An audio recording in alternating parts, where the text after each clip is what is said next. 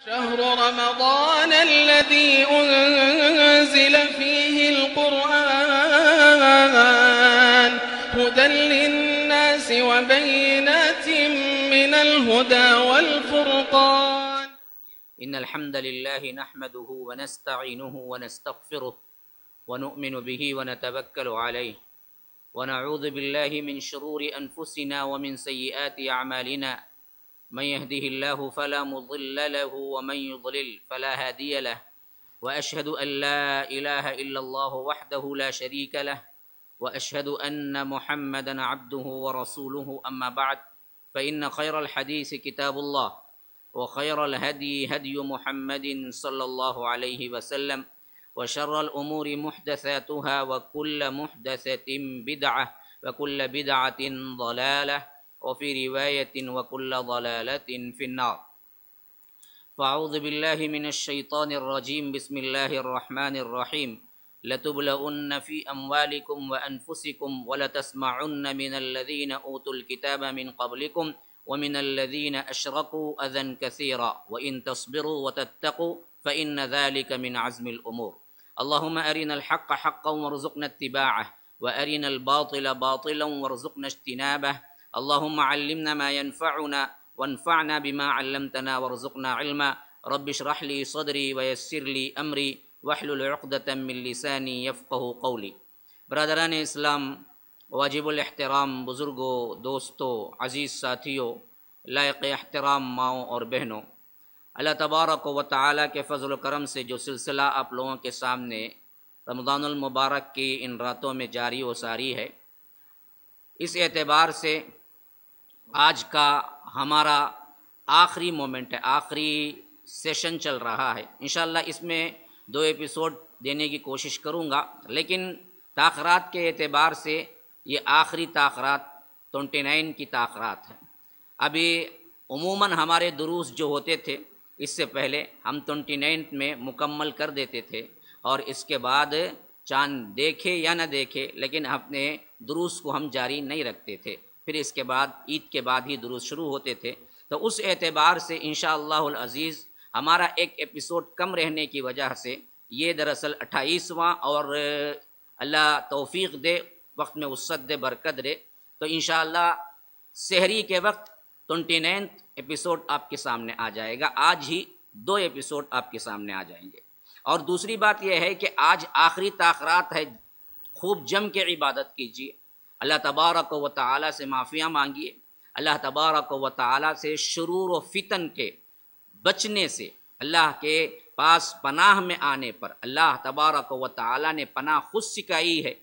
جیسا کہ ہم قرآن پڑھتے وقت ہم کو لازم کیا گیا کہ فَإِذَا قَرَأْتَ الْقُرْآنَ فَاسْتَعِذْ بِاللَّهِ مِنَ الشَّيْطَانِ الرَّجِيمِ. قرآن جیسی عبادت، لیکن فرمایا کہ فَاسْتَعِذْ بِاللَّهِ مِنَ الشَّيْطَانِ الرَّجِيمِ.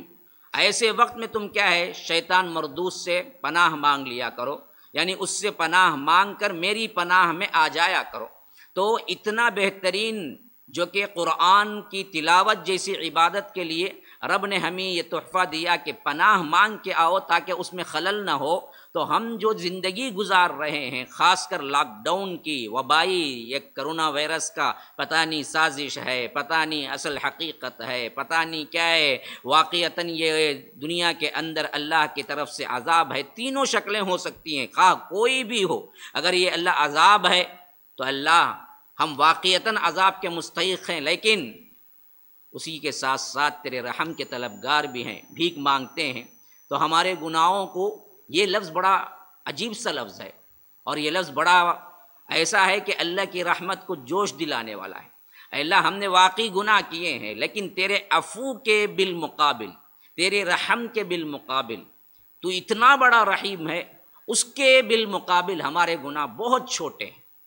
حجاج بن یوسف کے بارے میں آتا جو بہت بڑا ظالم تھا اور کئیوں کو قتل کیا، اس میں بعض صحابہ کو بھی قتل کرنے کے بارے میں آتا ہے، اور بڑی سخت حکومت کی. لیکن آخری وقت میں اس کے الفاظ یہ تھے کہ اے اللہ، میرے گناہ بہت زیادہ ہیں، لیکن تیری رحمت کے مقابلے میں میرے گناہ بہت کم ہیں، لہذا تو مجھے معاف کر دے. اور بعد میں حسن بصری رحمہ اللہ کو لفظ سنایا گیا کہ حجاج کے آخری الفاظ یہ تھے کہ میں بہت گناہ کیا، لیکن تیری عفو کے مقابلے میں، تیری رحمت کے مقابلے میں میرے گناہ بہت کم ہیں اور تو مجھے معاف کر دے۔ تو حسن بصری مسکرائے اور کہا رحمہ اللہ کہ ہو سکتا ہے اللہ معاف کر دے۔ وہ ایسے الفاظ استعمال کیا ہے، شاید اللہ تبارک و تعالی اس الفاظ کے بدولت اس کی تمام تر مظالم کو اللہ معاف کر دے۔ اور کبھی ایک روایت میں تو یہ الفاظ ہیں کہ حضرت حسن بصری نے حیرت سے پوچھا وہ کہنے والے سے، کیا اس نے ایسا ہی کہا تھا؟ یہی الفاظ تھے اس کے؟ کہا کہ ہاں وہ یہی الفاظ تھے۔ تو انہوں نے کہا کہ کیا الفاظ ہے جس سے اس نے دعا مانگی ہے؟ تو ہم گنہگار ہیں، لیکن رحمت اللہ تبارک و تعالیٰ کے عفو، اللہ تبارک و تعالیٰ نے بندوں پر جو عام معافی دی ہے، جیسا کہ فرمایا کہ کتب علی نفسہ الرحمہ، میں نے اپنے اوپر رحمت کو لکھ لیا ہے۔ اللہ تبارک و تعالیٰ کا غضب بھی ہے، رحمت بھی ہے، لیکن حدیث کے الفاظ ہیں کہ اللہ کے غضب پر اللہ کی رحمت چھائی ہوئی ہے۔ اسی طرح عرش پر لکھا ہوا جملے کے سلسلے میں بھی فرمایا گیا کہ اللہ تبارک و تعالیٰ نے عرش پہ لکھا ہوا ہے کہ میرے غضب پر میری رحمت چھائی ہوئی ہے۔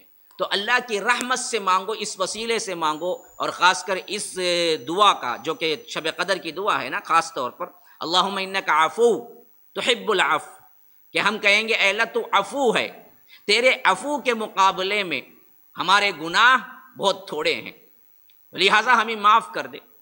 اگر یہ گناہ کی وجہ سے آئی ہے تو اے اللہ ہمارے گناہ معاف کر اور اس کو ختم کر دے۔ یہ سازش ہے تو بے نقاب کر دے، اے اللہ اس کے ذریعے سے پریشان کرنا مقصود ہے تو اللہ تبارک و تعالیٰ کو دشمنوں کو نیست و نابود کر دے۔ تو ایک تو یہ ہے، اور دوسری وہ چیزیں تمام، جیسا کہ آج تنگی کا ماحول ہے، کھل کے دعا کیجئے۔ ہم درگاہ جاتے وقت یا کسی بزرگ کے پاس جاتے وقت یہ مانگتے وہ مانگتے، لیکن اللہ کے پاس مانگتے ہوئے شرماتے ہیں۔ یاد رکھیے کھل کے مانگیے، جیسا کہ حدیث میں آیا ہے کہ جوتے کا تسمہ ٹوٹ جائے تو بھی اللہ سے مانگا کرو۔ حالانکہ وسائل پورے ہیں، لیکن اللہ سے مانگنے کی ایک عادت ڈالو۔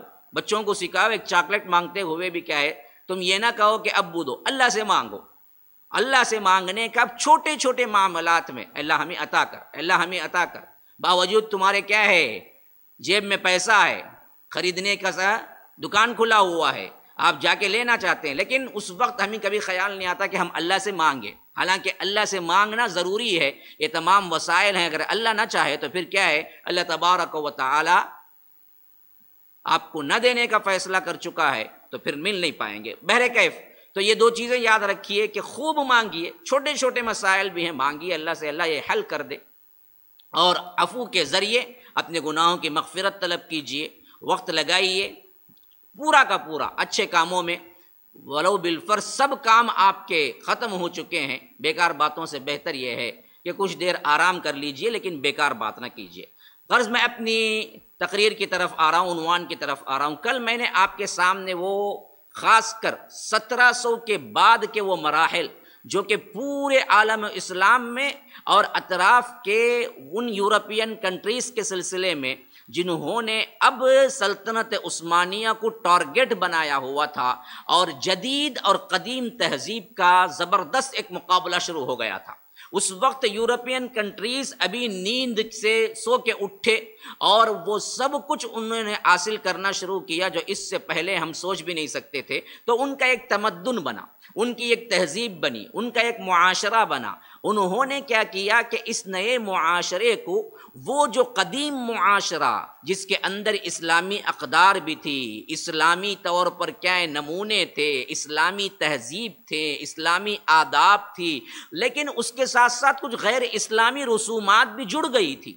لیکن یہ نہیں کہہ سکتے کہ کلی طور پر یہ اسلامی غیر اسلامی رسومات کا ہی کیا ہے غلبہ تھا۔ 70% اسلامی اقدار تھے، حتیٰ کہ رہنے سہنے کا، اٹھنے بیٹھنے کا، پہننے کا، چلنے کا، کھانے کا، مہمان نوازی کا، مہمانداری کا، گھر کے اندر رہنے کا۔ ہر ایک گھر میں خواہ کتنا چھوٹا کتنا بڑا ایک زنان خانہ ہوتا، ایک مردان خانہ ہوتا۔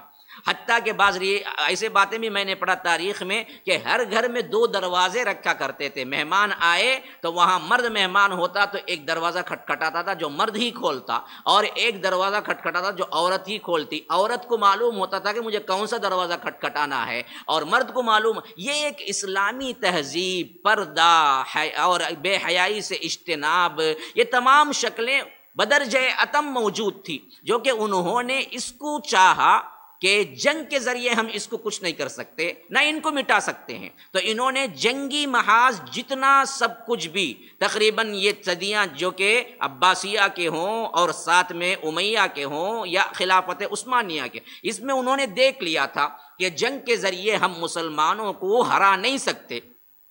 لیکن اب انہوں نے جو محاذ کھولا یہ سب سے خطرناک ترین محاذ تھا، جو کہ اسلام کو اس زمانے سے چیلنج ہے اور اب تک ہے. تہذیب کو تبدیل کرنے کے لیے انہوں نے داعی پیدا کیے، اور اس کے لیے خصوصی طور پر ٹریننگ ہونے لگی، اور بہت سے ملکوں کے اندر بہت سے لوگ باقاعدہ طور پر مسلمان ہونے کا ڈھونگ رچایا، اور وہاں تہذیبی طور پر انہوں نے یہ سسٹم جو چلا آ رہا تھا، ایک کتاب داری اور اس کے ساتھ ساتھ کیا ہے حدود کا احترام، اسلامی معاشرت، ان سب کے بارے میں انہیں کیا کیا، برائی کو اچھائی کا ٹائٹل دے کر، جیسے کہ آج دنیا میں ہو رہا ہے ویسے ہی انہوں نے کیا کیا کہ لوگوں کو اپنی طرف کور کرنا شروع کیا. جو کہ اس وقت کے خلفاء ہوں یا دوسرے بڑے چھوٹے بادشاہ ہوں، انہوں نے اس کو اتنی زیادہ اہمیت نہیں دی، کیونکہ وہ سمجھتے تھے ہم کیا ہے صدیوں سے حکومت کر رہے ہیں، یہ لوگ اپنے باتوں سے کتنا بگاڑ لیں گے. لیکن یہ خطرناک ترین چیز تھی جو کہ پھیلتی چلی گئی، اور عوام میں پرانی قدامت پسند جو کچھ بھی کیا ہے معاشرت تھی، اس سے ایک طرح سے نفرت پیدا ہونے لگی، اور نیا جو معاشرہ آ رہا تھا ہر لحاظ سے جدید ہو رہا تھا. جنگی لحاظ سے ان کے پاس ویپنز جدید آ گئے، آتشی اسلحہ بارود کا استعمال شروع ہو گیا، اور لوگ اس معاملے میں چاہتے تھے کہ خلیفہ بھی اس کو قبول کر لے، یہ بھی بارود اور اسلحہ توپ خانہ بنائے اور بندوق لگائے. اور اسی طرح تہذیب کے اندر ہمارے وہ لمبے کپڑے چھوٹے ہونے لگے، اور اسی طرح تہذیب کے اندر بہت سے کیا ہیں وہ چیزیں جو کہ اسلام کے خلاف ان لوگوں نے اپنایا تھا، یورپین کنٹریز نے، ان تمام کو وہ چاہنے لگے تھے. یہ چیز بعد میں بہت جلد ادراک نہیں ہوئی، بہت بعد میں ادراک ہوئی. اس کو سب سے پہلے سمجھنے والے عرب کے اندر کے شیخ محمد بن عبد الوہاب ہیں، جن کے لیے میں نے 17ویں صدی کا مجدد ہم کہہ سکتے ہیں، اور میں نے ان کی تھوڑی سی سیرت آپ کے سامنے رکھی. یہ بہت بڑا مغالطہ ہے ہمارے ہاں کہ بعد میں ان کی تحریک کی کامیابی اور اللہ نے اس کے لیے جو کشادہ راہیں فراہم کی، اس اعتبار سے کہ بہت سے مسلکی اعتبار سے اصول ان لوگوں نے کھوئے، اور بہت سے مسلکی اعتبار سے ان لوگوں نے امام محمد بن عبد الوہاب کو غلط سمجھا، تو ان کی پوری تحریک کو ہی برا کہہ دیا. بعضوں نے الزام لگایا کہ یہ خلیفہ جو اس وقت کے تھے ان سے دراصل بغاوت تھی، سلطنت عثمانیہ سے بغاوت کی تھی. حالانکہ معلوم ہونا چاہیے کوئی بغاوت نہیں ہوئی، کیونکہ مدینہ اور مکے میں سلطنت باقاعدہ قبضہ نہیں کرتی تھی. شریف مکہ کا ایک الگ عہدہ تھا، وہ مکے کا جو عہدہ ملتا تھا وہ خود مختار جیسے تھا، اور اس وقت انہوں نے شروع کیا. میں نے بتایا کہ یہ دراصل کیا ہے 1115 میں پیدا ہوئے، جو مطابق آپ کو 1703 ہوتا ہے عیسوی اعتبار سے. اب یہ جو پیدا ہوئے یہ عینیہ نام کے ایک چھوٹے سے گاؤں میں پیدا ہوئے، جو کہ آج کے ریاض سے 70 کلومیٹر دور ہے.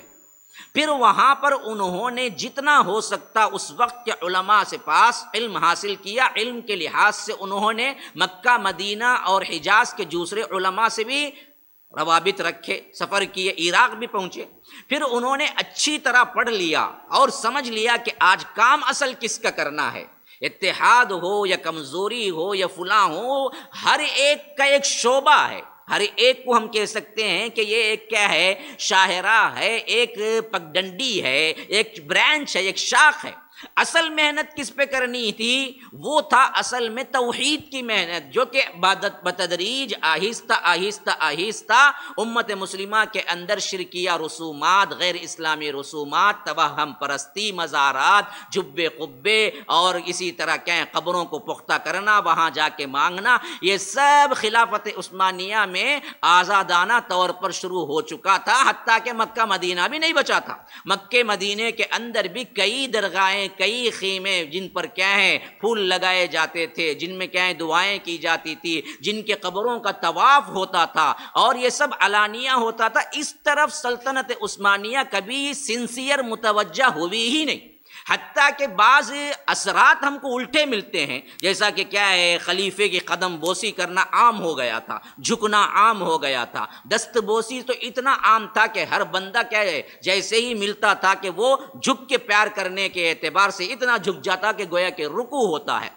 یا رکوع یا اس سے بھی زیادہ جھک جاتا، اور نہ خلیفہ منع کرتا نہ درباری منع کرتے۔ اور اسی طرح کیا ہے بعض الفاظ اتنے اعلیٰ استعمال کیے جاتے جو اللہ کے لیے خاص ہیں لیکن وہ خلیفے کے لیے استعمال کیے جاتے، اور اسی طرح ایک طرح کی پیری مریدی کا سلسلہ بھی خلیفے کی طرف سے جو مذہبی امور کا بڑا ہوتا یا قاضی ہوتا، اس کی بھی وہی طور پر کیا ہے اطاعتیں ہوتی ہیں، اور وہی طور پر ان کے عللے تللے، اور وہی طور پر ان کے قدم بوسیاں، ان کے کیا ہے دست بوسی، یہ تمام آہستہ آہستہ سلطنت اسلامیہ کے جڑیں کھو رہا تھا۔ اصل میں کیا ہے یہ توحید جب جاتی ہے تو کتنی بھی مضبوط سلطنت ہو کمزور پڑتی ہے، تو یہ اصل وجہ تھی جنہوں نے سب سے پہلے اس کو بھانپ کر کام شروع کیا، لیکن لوگوں نے انہی کو کیا کیا کافر بنانے میں اپنا شد و مد لگا دیا، اپنا تن من دھن لگا دیا، ایسے ایسے کتابیں لکھی کہ بڑے بڑے علماء نے کئی سوؤں کی شکل میں مل کے اپنے آپ کو کیا ہے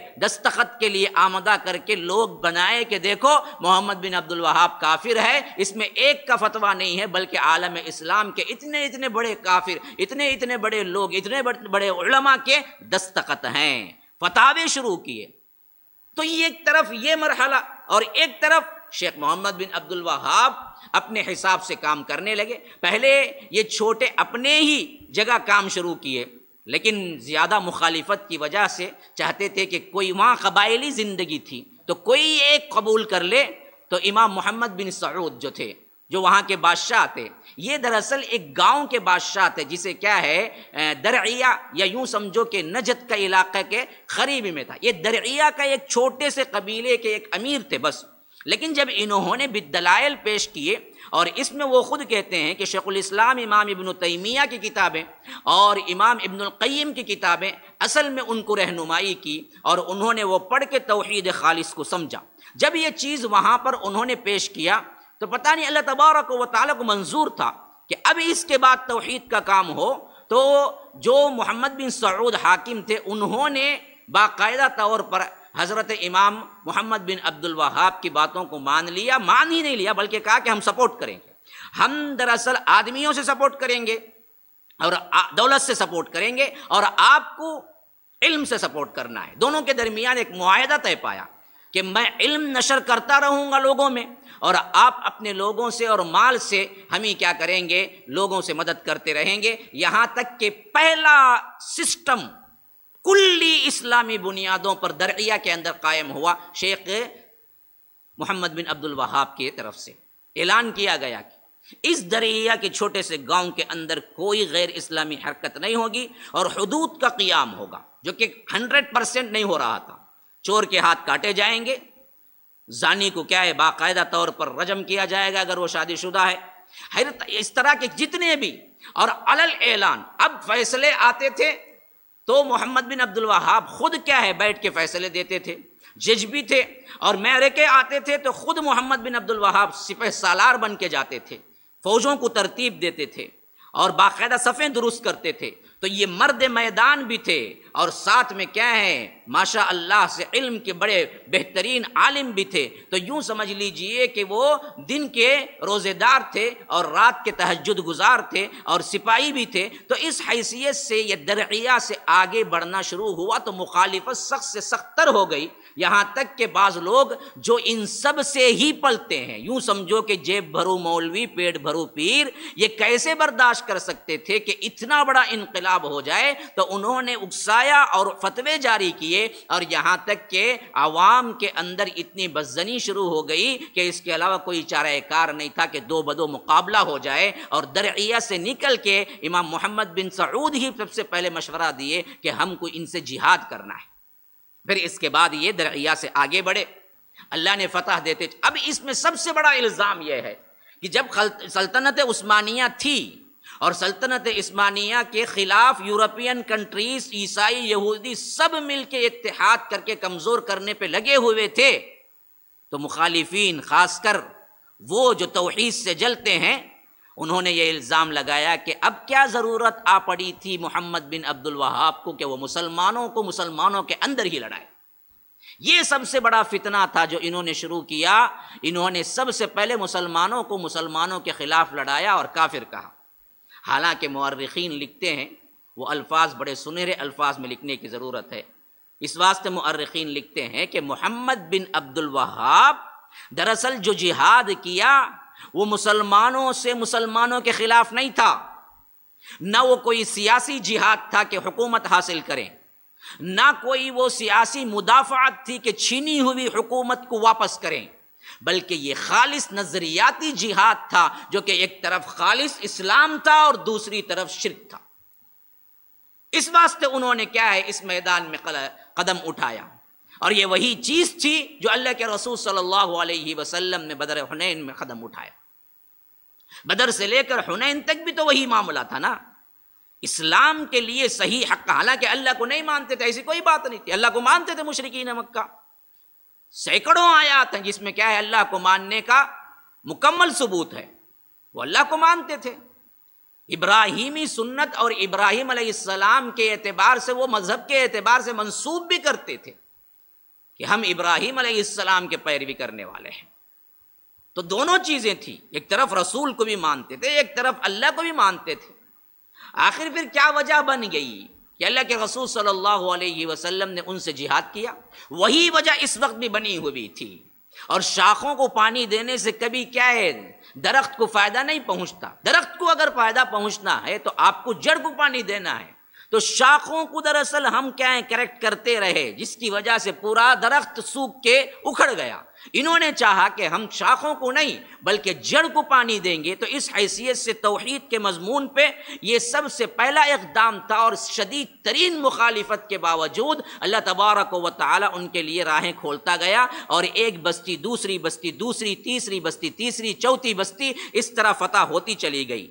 خاص کر مؤرخین لکھتے ہیں کہ دعوت کے مددگار اور مخالفین کے درمیان کئی سال تک جنگ اور اس کے ساتھ مخالفت کا سلسلہ جاری رہا، لیکن عموماً نتیجہ کیا نکلا؟ کہتے ہیں کہ اکثر مقامات پر کامیابی دعوت کے مددگاروں کے لیے آئی، ایک کے بعد دیگرے شہر اور دیہات فتح ہوتے چلے گئے، اور 1170 پر 8 مطابق عیسوی 1770 پر 3 میں امیر عبدالعزیز محمد بن سعود کی قیادت میں ریاض فتح ہو گیا۔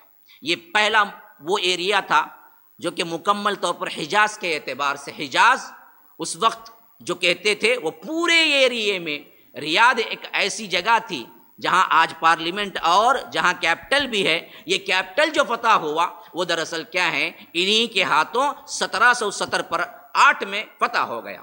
اب اس کے بعد پورے کے پورے دروازے کھل گئے۔ کہتے ہیں کہ یہاں کا جو حاکم تھا پہلے، وہ دراصل سخت قسم کا ایسا تھا، ظالم، کئی مبلغین کو اس نے اپنے ہاتھوں سے قتل کر دیا تھا، جو اس کو سدھارنے کے لیے یا وہاں پر جو برائی تھی اس برائی کو مٹانے کے لیے آئے تھے۔ اللہ کے فضل و کرم سے وہاں شیخ آئے، اور فتح ہونے کے بعد جب شیخ کا تسلط اللہ کے فضل و کرم سے ریاض پہ ہو گیا، تو مورخین لکھتے ہیں کہ بہت سے لوگ خوشی سے دعوت میں شریک ہوئے۔ یہ لوگ کہتے ہیں نا یہ مارنے لگے، یہ جہاد کرنے لگے، یہ مسلمانوں، حالانکہ اصل حقیقت تو یہ تھی کہ ایک دو جنگ کے علاوہ اصل مسئلہ یہ تھا کہ اس حیثیت سے صاف اور شفاف عقیدہ تھا، تو جیسے ہی شیخ سمجھاتے، اور شیخ کیا نہیں کرتے، کسی کو اور کو نہیں، ایک آدمی کے پاس خود جاتے تھے، خود بیٹھتے تھے، ایک آدمی کے لیے لیکچر دینا ہوتا تو پورا لیکچر دیتے تھے، پورا سمجھاتے تھے، حتیٰ کہ ایک شک، ایک شبہ جب بھی ان کے اوپر کیا ہے ڈالا گیا، عالم اسلام کی طرف سے، اس کو جواب دینے کے لیے ہمیشہ میدان میں آئے، ہمیشہ کہا کہ اگر تم کو غلط فہمی ہوئی ہے میرے بارے میں، کئیوں نے کہہ دیا کہ آپ گستاخ رسول ہیں، کہا کہ اگر یہ ہیں تو میں اپنا عقیدہ لکھتا ہوں۔ اسی واسطے کتاب التوحید میں خاص طور پر وہ تمام باب لائے، وہ تمام شرکیہ افعال لائے، پھر اس کے بعد اپنے عقیدے کے اعتبار سے بتایا کہ میں اللہ کے رسول کو رسول مانتا ہوں، خاتم الرسل مانتا ہوں، ان کے ادب کو ادب تسلیم کرتا ہوں، ان کی بے ادبی کو سب سے بڑا گناہ تسلیم، ہر ایک معاملہ خود اٹھا کے سامنے رکھا کہ دیکھو تم جو الزام لگا رہے ہو میں وہ نہیں ہوں، لیکن پھر بھی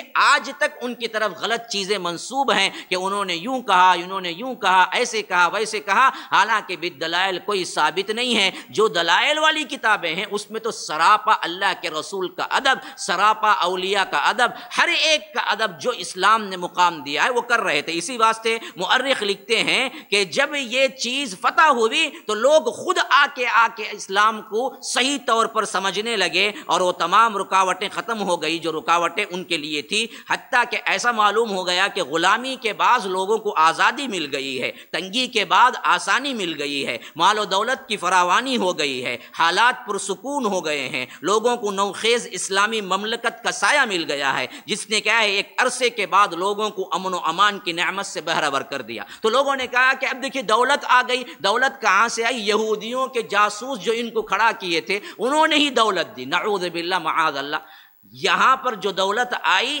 وہ جہاد کے سلسلے میں امام سعود جنہوں نے ساتھ دیا، اس حیثیت سے اللہ نے ان کو آگے بڑھایا تو مملکت بھی ملی، دولت بھی ملی۔ یہاں پر نہ کوئی جاسوس کا معاملہ تھا، بعضوں نے باقاعدہ علل اعلان لکھا ہے کہ محمد بن عبد الوہاب یہودیوں کے سب سے بڑے ایجنٹ تھے اور ان کو دراصل دو ٹکڑے کرنے کے لیے کھڑا کیا گیا، اس واسطے ہی اسلامی سلطنت جو کہ خلافت عثمانیہ تھی وہ ٹوٹی۔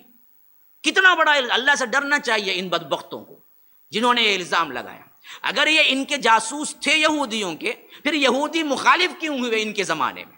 یہودیوں نے باقاعدہ ان کے خلاف جتنے اسلامی علماء اس دور میں تھے جو ان کے کٹر دشمن تھے، ان کے ہاتھوں سے لکھوا کر کفر کا فتویٰ لگانے والے یہودی تھے، جو ہر عوام میں جاتے اور کہتے کہ دیکھو تمہارے اپنے لوگوں نے ہی محمد بن عبد الوہاب کو کیا کہا ہے۔ پھر اس کے بعد اور ایک ایک عالم کو کبھی کبھی تو کیا ہے اتنا پیسہ دیا کہ ایک فتوے لکھنے کے لیے انہوں نے اس وقت کی بہت بڑی رقم لی، پھر انہوں نے فتویٰ لکھ کے دیا کہ ہاں محمد بن عبد کافر ہیں۔ تو یہ کام کیوں کیا؟ جب انہی کے ایجنٹ تھے تو کام کیوں کیا؟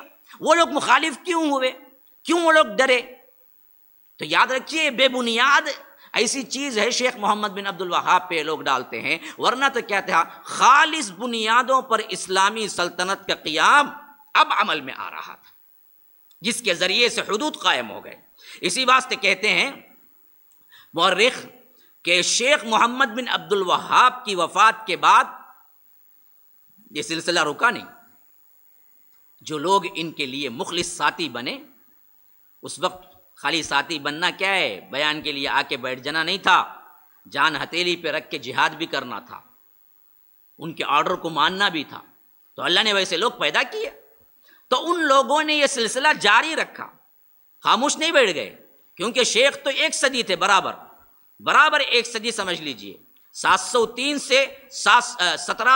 سے 1700 کے اینڈنگ میں شیخ 90 سال کی عمر میں وفات پائے۔ اللہ نے بہت لمبی عمر دی، لیکن یہ سلسلہ جو رہا وہ 90 سال کے بعد ختم نہیں ہو گیا، ہوتا تو صرف ریاض ہی ہاتھ میں ہوتا۔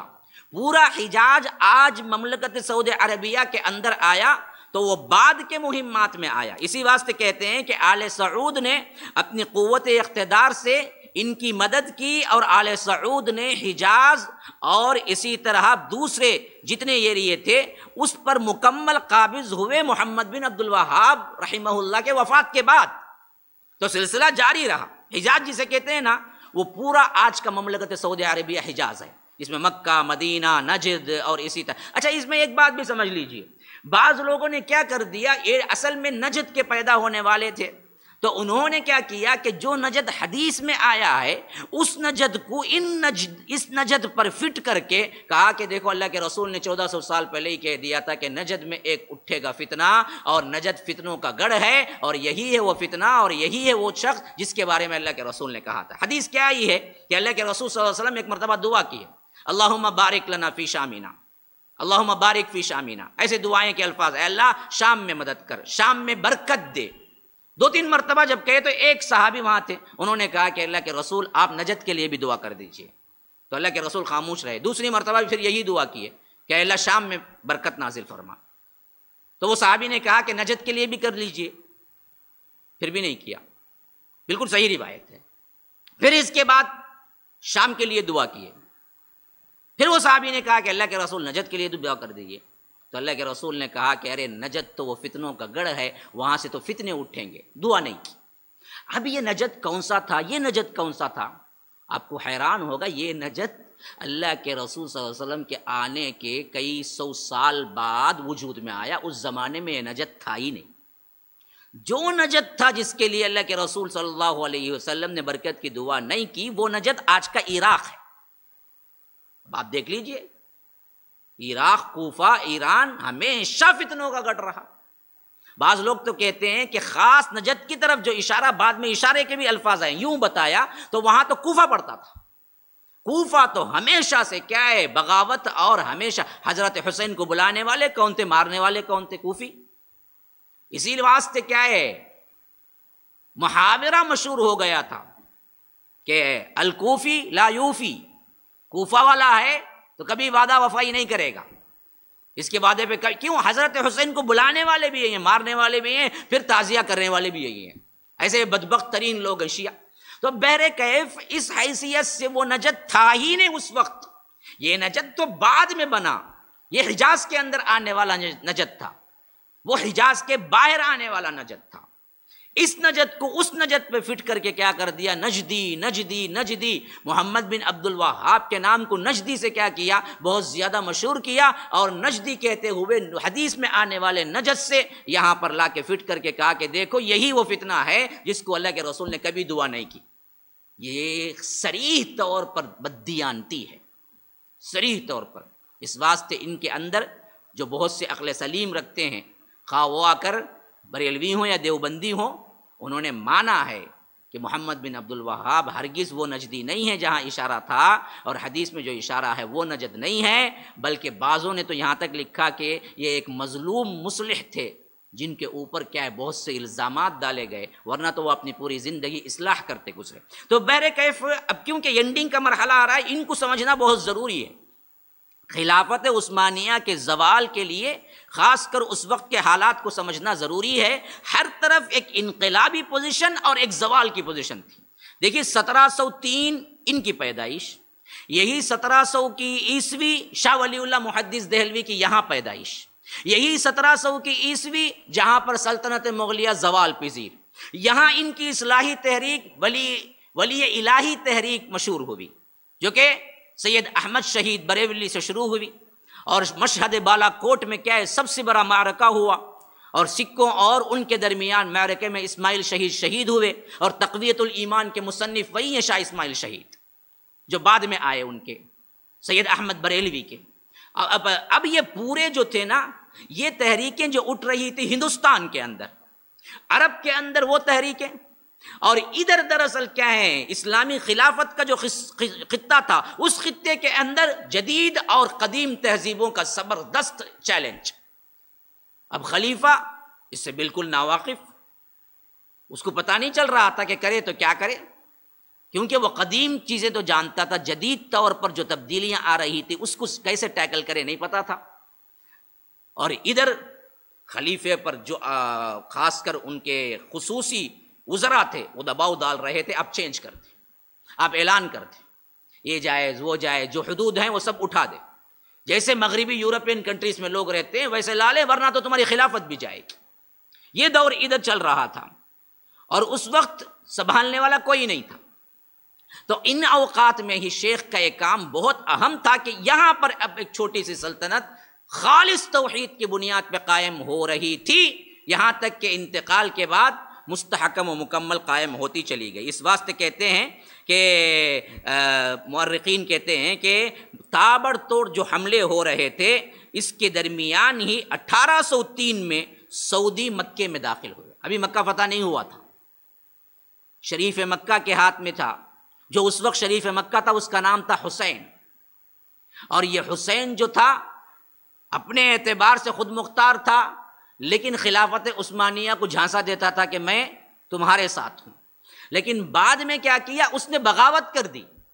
حسین مکہ کی، شریف مکہ حسین کی بغاوت بہت مشہور ہے، اور اتنی طاقت نہیں تھی خلافت کے ہاتھوں میں کہ شریف مکہ حسین کی بغاوت کو وہ کچلیں، ان کے پاس اتنی فوج نہیں تھی وہاں تک بھیجیں۔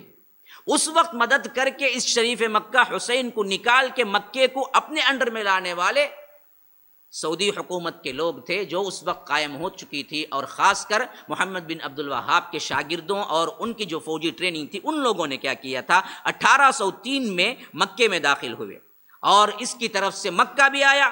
پھر اس کے بعد کیونکہ شریف مکہ دونوں جگہ کا شریف ہوتا تھا، شریف کا مطلب ہے معزز، تو دونوں جگہ حرمین، تو حرمین جب ہاتھ میں آیا اس وقت کیا ہے، مکمل طور پر تھوڑا تھوڑا، اور وہ امام محمد بن عبد الوہاب نہیں تھے اس وقت، اس کے بعد آیا، تو اس کے بعد اب یہ سلطنت کا قیام آ گیا۔ اب کہتے ہیں کہ جزیرہ عرب کے اکثر علاقوں میں ماشاء اللہ سے سلفی تحریک ہو گئی، اور اس کے زیر نگری پورے علاقے آ گئے۔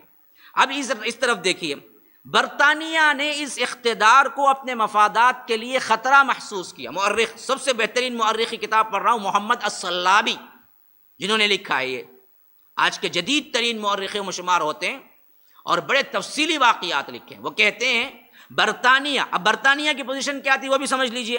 برطانیہ کی پوزیشن اس زمانے میں وہی تھی جو آج امریکہ کی ہے، یعنی نہ ٹوٹنے والی، جس کو کوئی شکست نہیں دے سکتا، زبردست فوج، زبردست قدیم، اور اسی کے ساتھ ساتھ یہ برطانیائی تھا جس کے بارے میں مشہور تھا کہ اس کا سورج کبھی غروب نہیں ہوتا ہے، یعنی مطلب کبھی اس سے زوال نہیں آئے گا اس سلطنت کو۔ اور یہ برطانیہ ہی تھا جو ایسٹ انڈیا کمپنی یہاں قائم کیا تھا، یہ برطانیہ ہی تھا جس کے ذریعے سے انگریز یہاں آئے تھے، یہ برطانیہ ہی تھا جو 90 سال یہاں پر حکومت کیا تھا، جس کے لیے یہ الفاظ تھے کہ اس کی سلطنت کبھی نہیں ڈوبے گی۔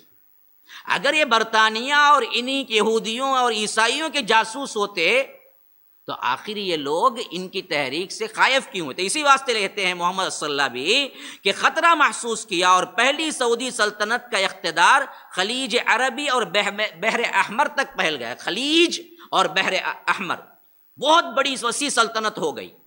تو اس وسیع سلطنت سے، اور خاص کر خالص اسلام کی بنیاد پر ہونے سے، برطانیہ بہت زیادہ پریشان ہوا، اور کہتے ہیں کہ خلیج عربی میں القواسم سعودی اقتدار کے اندر آ گیا، جو کہ بارڈر ہے، بارڈر کا علاقہ ہے القواسم، اور اس کے بعد کہتے ہیں کہ اس اعتبار سے جنوبی مغربی عراق تک پہنچ گیا، جو کہ آج بھی کیا ہے، بحرین کے اعتبار سے آخری بارڈر پڑتا ہے۔ ہمیشہ وہاں پر بھی کیا ہیں، یہ یمنی ہوں، یہ شامی ہوں، یہ بدبخت لوگ ہمیشہ حوثیہ پہ حملہ کرتے رہتے ہیں، اور ان کی تحریکیں کبھی کبھی بڑھ کے یہاں تک ہوتی ہیں کہ مکہ مدینے پہ بھی حملہ کرنے کی کئی مرتبہ کوششیں کی گئی ہیں ایران کے اندر۔ تو یہ چیزیں اسی وقت سے شروع ہو گئی تھی۔ تو یورپ اور مشرق، وہ کہتے ہیں کہ یورپ اور مشرق کے درمیان واقع خشکی کے راستے پر ان کا کنٹرول ہو گیا۔ اب گویا کہ کیا ہو گیا، دو سرحدیں تھیں، درمیان میں راستہ تھا، اور اس راستے پہ ان کا کیا ہے، کنٹرول بھی تھا۔ تو ہر وقت ان کو خطرہ ہوتا تھا کہ یہ سلطنت کہیں پوری طرح کیا ہے، ہمارے اوپر غالب نہ ہو جائے۔ اسی واسطے انہوں نے کیا کیا، یہ اسلامی اصولوں پر بننے والی سلطنت برطانیہ کے لیے مسلمانوں کو اپنا حاکم اور فرما روا بنانا تھا۔ تو اس واسطے انہوں نے کیا کیا کہ سب سے پہلے خلافت کے اعتبار سے جو لوگ وہاں پر موجود تھے، خلیفے کے حامی، ان کے ذہنوں میں یہ زہر ڈالنا شروع کیا کہ اصل میں محمد بن عبد الوہاب آپ کے خلاف میدان میں آئے۔ یہ باقاعدہ سازش بنائی گئی۔ اسی واسطے کیا ہے، بہت سے لوگوں نے تاریخ کو بگاڑا اور یہ لکھ دیا کہ باقاعدہ انہوں نے اسلامی سلطنت میں بغاوت کی خلیفے کے خلاف، حالانکہ خلیفے کے خلاف کوئی بغاوت نہیں ہوئی۔ انا کبھی انہوں نے اپنے کتابوں میں یہ لکھا کہ خلیفے کی بیعت توڑ دو، اتنا بھی نہیں لکھا۔ گیا گزرا خلیفہ تھا، لیکن انہوں نے کسی کو نہیں کہا کہ اس وقت کے خلیفے کی بیعت توڑ دو۔ وہ اپنے کام میں لگے رہے، لیکن انہوں نے کیا کیا کہ اسے سیاسی مقصد کے لیے استعمال کیا، اور خاص کر سازشی تحریکیں شروع ہو گئی۔ اب مورخ لکھتے ہیں، یورپ کے شیطان صفت انسانوں نے سوچا کہ اگر سعودی سلطنت یوں ہی قائم رہی تو اس کے نتائج نہایت ہی تباہ کن ہوں گے ان کے لیے۔ اس واسطے اس بات کا یقین ہو گیا ان لوگوں کو مشرق میں ان کے مفادات خطرے میں پڑ سکتے ہیں، اور سعودی حکومت ختم نہ ہوئی تو ہمارے مفادات ختم ہو جائیں گے، اس لیے مملکت کو ختم کرنا ضروری سمجھا، اور دولت سلفیہ کے خاتمے کے لیے انہوں نے کئی راہیں اختیار کی۔ نمبر 1 کیا راہیں اختیار کی؟ جدال سے زیادہ کیا راہیں اختیار کی؟ نمبر 1 کہتے ہیں کہ اسلامی علاقوں میں شیخ محمد بن عبد الوہاب کی تحریک کے خلاف رائے عامہ کو ہموار کرنا۔ پہلی چیز کیا کیا انہوں نے؟ بدنام کر کے رکھ دینا، ان کو ایسا بدنام کرنا کہ لوگ ان کے نام سے ہی ڈر کے بھاگے۔ اسی واسطے لفظ وہابیت کا ایجاد بھی ان لوگوں کی تھی، ورنہ تو اگر نسبت دی جاتی تو محمد دینی چاہیے تھی، کیونکہ ان کا اصل نام تو محمد تھا، باپ کا نام عبد الوہاب تھا۔ تو انہوں نے کیا کیا؟ پہلے لوگوں کے ذہنوں میں کیا کیا؟ لکھی ہوئی ان کی کتابوں کو لیا، توڑ مڑوڑا، یہاں سے وہاں ملایا، اور گستاخانہ کلمات نکالے اور لوگوں کے درمیان ڈالنے لگے۔ اور سب سے اہم ترین جو بات جو لوگوں کو کیا ہضم نہیں ہو سکی، وہ کیا تھا؟ مزاروں کا گرانا تھا، جو ہضم نہیں ہو سکا ان لوگوں کو۔ اب انہوں نے جتنے مزارات تھے سب کے سب کیا ہیں؟ توڑ دیے۔ حتیٰ کہ کہتے ہیں کہ بقی جب قبرستان پہنچے تو وہاں پر کیا تھا؟ مدینے کا سب سے بڑا قبرستان، جگہ جگہ خیمے لگے ہوئے تھے، جبے قبے تھے۔ کسی قبر کو کیا ہے حضرت فاطمہ کے کہا جا رہا تھا، کسی کو کیا ہے حضرت قاسم کے کہا جا رہا تھا، کسی کو اللہ کے رسول کے کسی بیٹے کی طرف منسوب، کسی کو کسی صحابی کی طرف منسوب، اور ہر کوئی اپنے اپنے کیا ہیں؟ طواف بھی ہو رہا ہے، چیخیں ہو رہی ہیں، نغمے بھی ہو رہے ہیں، غزلیں بھی ہو رہی ہیں، عجیب و غریب ایک معاملہ کہ ڈانس اور باجے ڈھول۔ حتیٰ کہ یہ مضمون اتنا آگے بڑھ گیا کہ حج کے لیے جو قافلے آتے تھے نا، کہا جاتا ہے کہ قافلے خود بھی بینڈ باجے کے ساتھ ہی مکہ پہنچتے تھے۔ بینڈ باجا، شہرت، گانے، نعتیں، اب جو ہے نا نعتوں کا معاملہ عرس نکلتا نا، ویسے ہی نکلا کرتے تھے۔ محمد بن عبد الوہاب کے ماتحتی میں آنے کے بعد ہی سعودی گورنمنٹ نے کہا کہ کوئی قافلہ بینڈ باجے کے ساتھ اندر داخل نہیں ہوگا، اگر کوئی ایسا آئے گا تو ہم واپس کر دیں گے۔ وہی آنا ہے جو شریعت نے منع نہیں کیا ہے، ان حساب سے ویسے حساب سے آپ آؤ گے تو ہم اندر داخل کریں گے حاجی کو۔ اگر تم پرانے حساب سے ہی آؤ گے، نغمے سناتے ہوئے، ترانے پڑھتے ہوئے، غلط اعتقادات کے کیا ہیں الفاظ کہتے ہوئے، ڈھول باجے کے ساتھ، تو ہم داخل نہیں۔ یہ چیز بھی کیا ہے ان لوگوں کو کیا ہے سہا نہیں گیا۔ ہمیں تو کیا ہے برسوں سے چلا آ رہا ہے، انہوں نے کیسے مکے کو داخلے کو روک دیا؟ وہاں سے ایک جلن اور حسد شروع ہو گیا۔ اور دوسری چیز کیا تھی؟ یہ مزارات کتنے اونچے تھے اور انہوں نے گرا دیا۔ کیونکہ آج تک بھی ہم توحید بولتے ہیں۔ پورے ایشیائی ممالک میں جتنے بھی کیا ہیں درگاہیں یا اونچی قبریں ہیں، توحید کے کام میں ایک قبر یا ایک درگاہ کو بھی توڑا نہیں گیا، اتنی سکت نہیں ہوئی۔ ہاں عوامی انقلاب ہوئی، لوگ بدلے سمجھے، بزور توحید کا قیام کہاں عمل میں آیا؟ اگر ولو بالفرض ایشیا کے اندر یا ہندوستان میں کوئی درگاہ کیا ہے واقعتاً محنت کے ساتھ ایک ادارہ، ایک زبردست عملی طور پر ایک گروپ تیار ہو جاتی اور انہوں نے بزور توڑ دیا ہوتا تو آج تک اس کے نام و نشان کو مٹا دیتے۔ اس حیثیت تک یہ لوگ کیا ہیں درگاہ پرستی میں تھے۔ یہ کام انہوں نے کیا تو اب کیسے برداشت کریں گے؟ اس واسطے شدید مخالفت۔ اب ان دو باتوں کو دیکھو، صحابی کے حجرے کو اڑا دیا، دیکھو امہات المومنین کے حجروں کو اٹھا دیا، دیکھو یہ کیا، دیکھو وہ کیا۔ انہوں نے کیا کیا؟ اس تہذیب کے جو متوالے تھے نا، ان کو کیا ہے علل اعلان رائے عامہ کے جو بھی انوسنٹ پیپل ہیں ان کو بھڑکانا شروع کیا، کسی طرح مخالفت کرو اور کسی طرح لے لو، اگر یہ لوگ رہیں گے تو پتہ نہیں کیا کچھ نہیں کریں گے۔ تو یہ حالات تھے جس میں کیا ہے اگلی صدی میں ہم پہنچتے ہیں۔ 1700 مکمل ختم، 1800 کا آخری ختم، 1900 کے آخری میں داخل ہو رہے ہیں، اور آپ کو معلوم ہے کہ 1922 میں مکمل سلطنت عثمانیہ ختم۔ بطور نمونہ، بطور نام کے ایک خلیفے کو پھر چنا گیا، 2 سال انہیں رہا، پھر اس کے بعد اسے بھی ملک بدر کر دیا گیا۔ اس واسطے ہی مکمل ختم بعض لوگ 1924 لکھتے ہیں، ورنہ تو 1922 میں ہی خلافت کے ختم ہونے کے پورے امکانات کر دیے۔ اب لیکن لوگ فوری کیسے مانیں گے؟ تو اس واسطے ویسے نہیں جیسے بیعت ہوتی تھی، بلکہ جمہوری طور پر ووٹنگ ہوتی تھی نا، ایسے ووٹنگ کر کے لوگوں کو تھامنے کے لیے ایک اور کو کیا ہے چنا گیا، جس کا نام خلیفہ رکھا گیا۔ وہ 2 سال ہی رہا، 2 سال کے بعد مکمل طور پر مٹ گیا، اور 2 سال مصطفیٰ اتا ترک نے کیا ہے کام کیا، اور اس کے بعد 1926 میں اس نے کیا ہے اینٹ سے اینٹ بجا دی ترکی کے اندر، اور پورا رسم الخط بھی بدلا دیا۔ آپ کو معلوم ہے ترکی لکھنے کی جو خط تھی نا وہ الف با تا تھی، اس ترکی زبان تھی، ترکی زبان بہت قدیم زبان ہے، لیکن لکھنے کے جو لیٹرز تھے نا عربی فارسی ترکی کے لیٹر ایک ہی تھے، الف با تا سے ہی لکھتے تھے وہ بھی۔ پڑھنے کا الگ تھا، جیسا انگریزی اور فرنچ لکھنے کے ABCD ہیں، پڑھنے کے الگ ہے، بے آئینی اسی طرح لیٹر ایک ہی تھے۔ یہی وہ بدبخت ہے جس نے لیٹر چینج کیا، اس نے کہا کہ عربی بولنے والا ایک نہیں ہونا چاہیے۔ کہا جاتا ہے کہ اگر کیا ہے مساجد کے اندر کہیں عربی میں عبارتیں یا آیت یا پتھر تھے تو اس نے کھدوا کے نکال دیا وہاں سے کہ عربی نہیں ہونا چاہیے، پوری ترکی میں کوئی عربی بولنے والا نہیں، لکھنے والا نہیں ہونا چاہیے۔ اس نے نئے طور پر زبان بنائی، نئے طور پر ترکی کے الفابet بنائے، ترکی زبان کے الفابet اس نے بنائے، اور وہ قہر جو کہ عیسائیوں یہودیوں نے نہیں کیا اتنا کیا۔ ہاں جو کچھ بھی ایمان والا تھا اس کو بھی کیا ہے ایمان سے ہاتھ دھونا پڑا۔ کبھی کبھی تو کیا ہے مصطفیٰ اتا ترک رمضان کے عین 12 گھنٹے عین 1 گھنٹے کو حکم دیتا تھا کہ خاص مجلس سے علماء کو بلاؤ۔ اس وقت کے جتنے علماء ہیں سپاہی پکڑ کے لے جاتے تھے، ان سے کہتا تھا کہ آپ سے ایک بہت ضروری کام ہے، اندر آئیے۔ اندر لے جاتا تھا تو کہتے ہیں کہ بڑا زبردست شاندار ترین دستر بچھا ہوا ہے، کہتا تھا کہ بیٹھ کے کھاؤ۔ جو چھپ کے روزے رکھ رہے تھے ان کے بھی جان کے لالے پڑ گئے، اب حکم ہے کھاؤ، توڑنا پڑے گا نہیں تو قتل، کہیں قتل ہوئے کہیں کھا لی۔ اس نے اپنی سر دھڑ کی بازی لگا دی کہ سلطنت نہیں بلکہ اسلام مٹ جائے۔ ولو بالفرض اس تک تحریک کے محمد بن عبد الوہاب نہ اٹھتی۔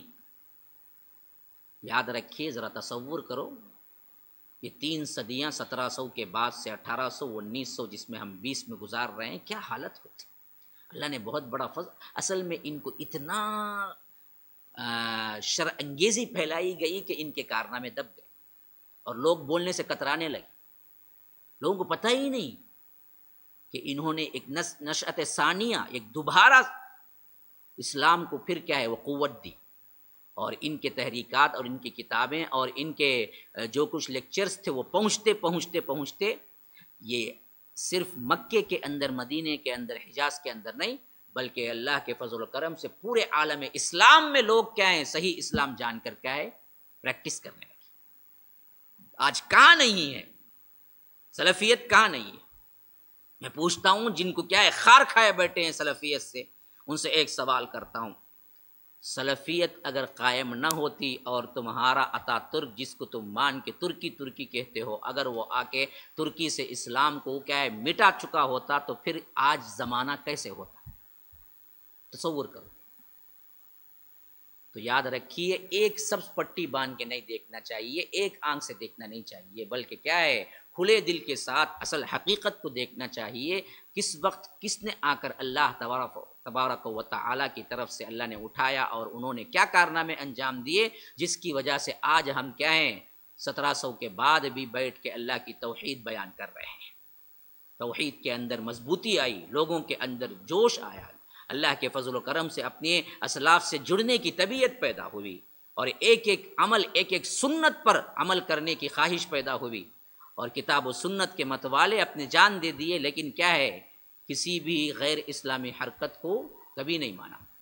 اللہ تبارک و تعالی صحیح سمجھ اور صحیح علم عطا کرے، اور اس دور میں ان انقلابی تحریکوں کو سامنے رکھ کر ہم کو عمل کرنے کی توفیق عطا فرمائے۔ انشاءاللہ اگلا جو پروگرام ہوگا وہ اس سلسلے کی آخری کڑی ہوگی، اور یہ عنوان ہوگا کہ زوال سلطنت عثمانیہ اور اس کے اہم ترین اسباب۔ Hadza wabillahi taufiq sallallahu wasallam ala nabiyyina Muhammad. As'alullah li wa lakum wa lisairil muslimina min kulli dhanbin fastaghfiruh innahu huwal ghafurur rahim. Wassalamu alaikum warahmatullahi wabarakatuh.